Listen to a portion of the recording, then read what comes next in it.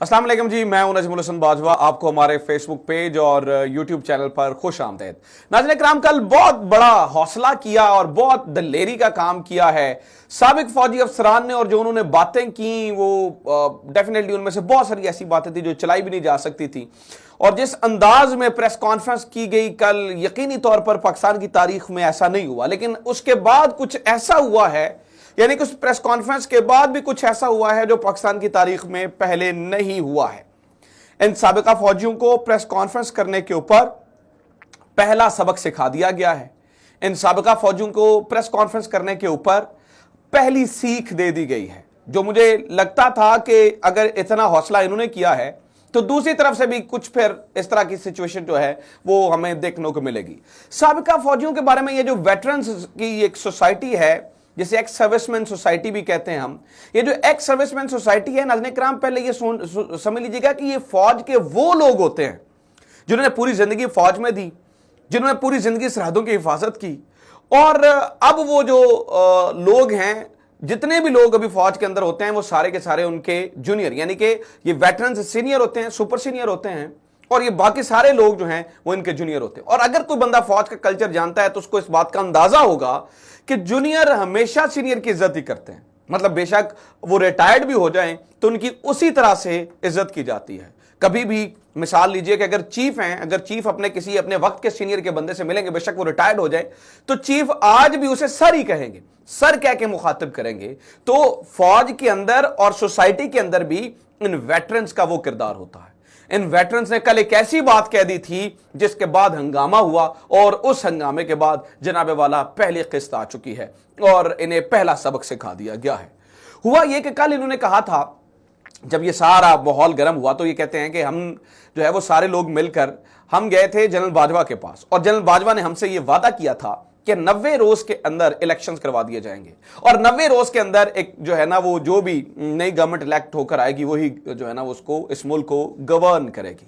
कल जब इन्होंने ये बात की, और उसके अलावा और भी बहुत बातें की, और आपको पता है कि एक्स मेजर की जो बीवी हैं उन्होंने तो बहुत ही ज्यादा कल जो है ना वो हद कर दी उसके ऊपर।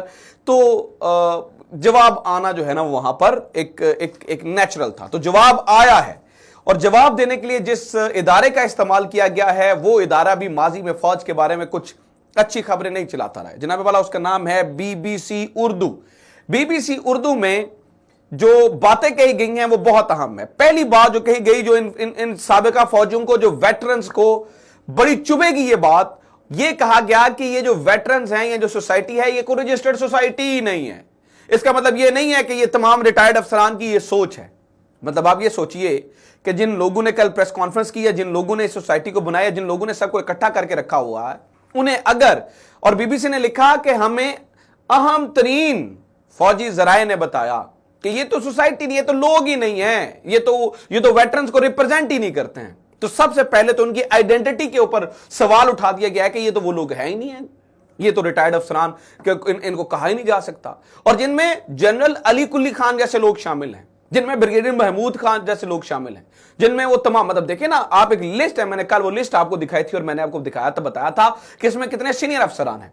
पहली बात है कि उन्हें कह दिया गया कि जनाब ये इनका कोई इससे वो है नहीं है।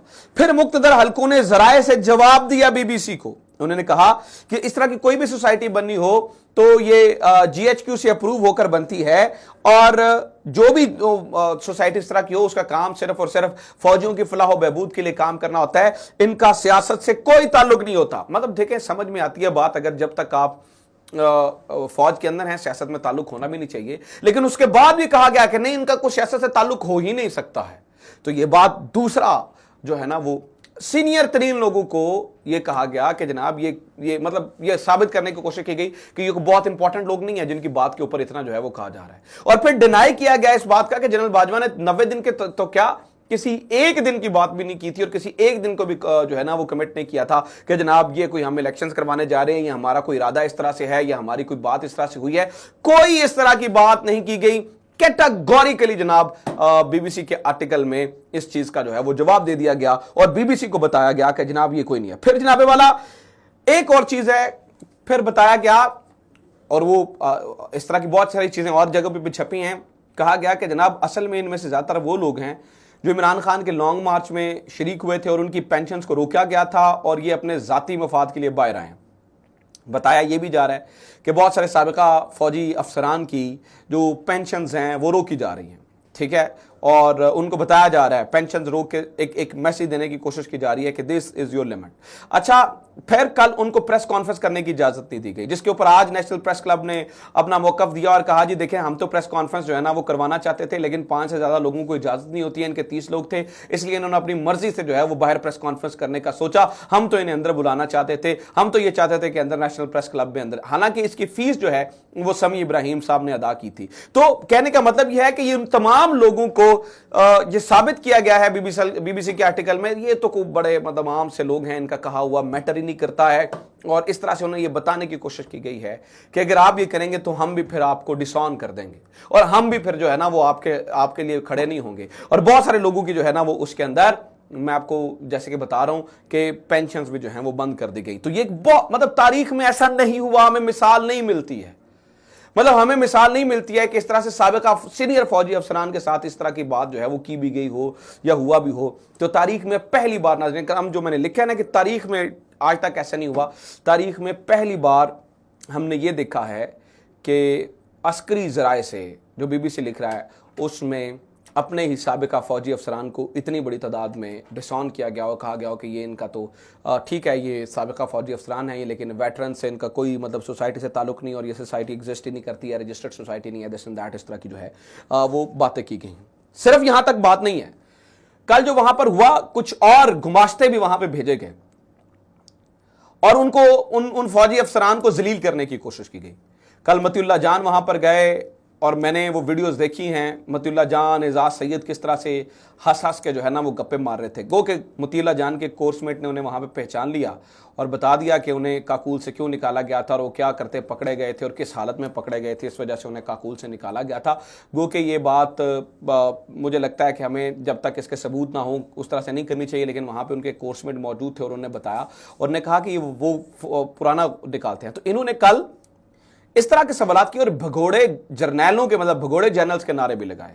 ये सलूक इन्होंने कल उनके साथ किया है और फिर होना तो ये चाहिए था कि ऐसे लोगों के खिलाफ कार्रवाई की जाती है, ऐसे लोगों के खिलाफ स्टेटमेंट आती है, ऐसे लोगों से पूछा जाता क्या आप हमारे अफसरान के साथ ये क्या कर रहे हैं, आप हमारे अफसरान के लिए ये किस तरह के अल्फाज इस्तेमाल कर रहे हैं। लेकिन उनको कंडेम करने के लिए कोई इस तरह की जो है ना वो बात नहीं हुई है। हालांकि इन्हीं फौजी अफसरान के बारे में ये स्टेटमेंट आ गई है और बीबीसी को दिया गया एक ज़राए के हवाले से खबर दी गई, जिस ज़राए ने ये तमाम चीज़ें बताई हैं कि फ़लाँ से भी हमारा ताल्लुक़ नहीं है, फ़लाँ को भी कोई इतनी बड़ी बात नहीं है, फ़लाँ ज़ाती हैसियत में आया और ये फ़लाँ जो है ना वो चीज़ें की गई हैं।